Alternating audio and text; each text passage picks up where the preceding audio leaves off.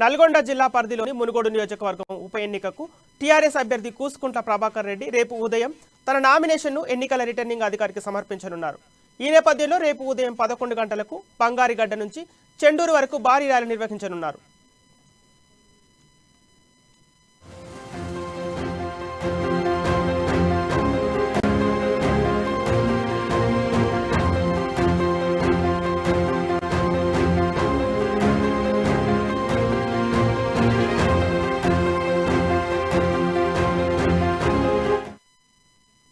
ఈ కార్యక్రమంలో TRS party working president మంత్రి కేటీఆర్ హాజరు కానున్నారు.